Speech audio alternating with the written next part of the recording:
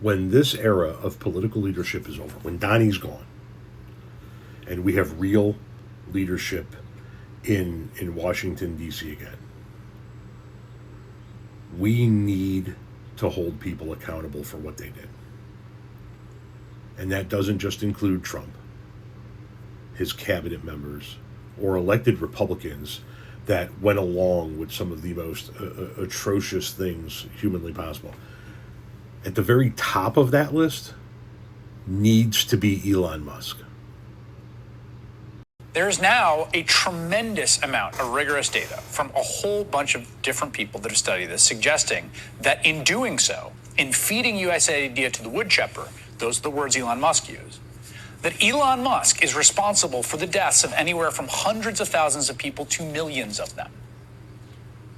That data comes from medical journals that have used statistical methods to estimate the total effects. It comes from news reports, of which there are many, record-keeping websites, most recently a new memoir by a USAID veteran who worked under 4 administrations titled appropriately Into the Wood Chipper. And all of this is newly relevant, not just because the world's richest man hit a new wealth milestone or because the U.S. government is becoming increasingly reliant on his companies, but because he is now trying to lie about this legacy and threatening a congressman who wants to investigate it. There needs to be accountability for Elon Musk. You know, they're celebrating that he created 4,400 millionaires, but they don't talk about the 4.5 million children around the world who he possibly sentenced to death by dismantling USAID. He needs to answer for that. That was California Congressman Ro Khanna, a Democrat who once gave Musk and DOGE the benefit of the doubt. The Atlantic even called Khanna the Democrats' Musk whisperer early last year. But on Twitter yesterday, Musk posted, quote, "It's time to sue this liar." In another post, he called the congressman Ro the robber and said he should be thrown in prison.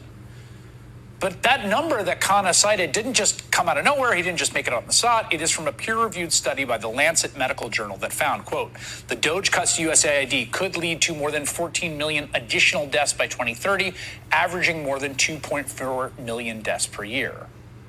These deaths include 4.5 million among children younger than 5 years, or more than 700,000 deaths annually."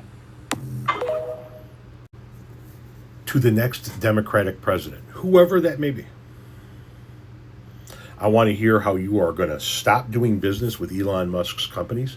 We are going to stop relying on Elon Musk's companies for our federal government needs. And I want to hear about how if Elon Musk steps foot in this country again, he is going to be arrested and tried for the attempted genocide of millions of people so that he could cut government spending to make room for billionaire tax cuts. He should be tried as soon as humanly possible. He should never be allowed to operate within the United States of America again. And since this video is going to go to all of my social media sites, including my Twitter account, sue that motherfucker.